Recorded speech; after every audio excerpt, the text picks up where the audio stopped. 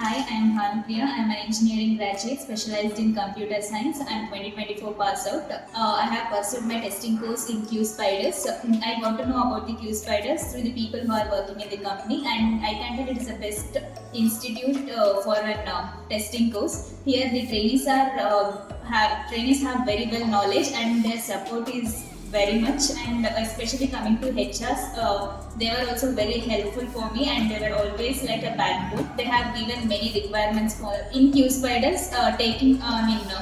Giving the mock and presentations have been helped me a lot to face the interview and to clear the interviews. It has given me the lot of confidence to clear the interviews. I can tell that QSpiders is one of the best institution to get placed. Through QSpiders only I got placed for intern also. I was working as an intern in one of the startup company for 4 months, and later through QSpiders only I got placed as a full-time employee for QA engineer in one of the company for full-time, and my package is 3.6 LPA. It's a very good company for me.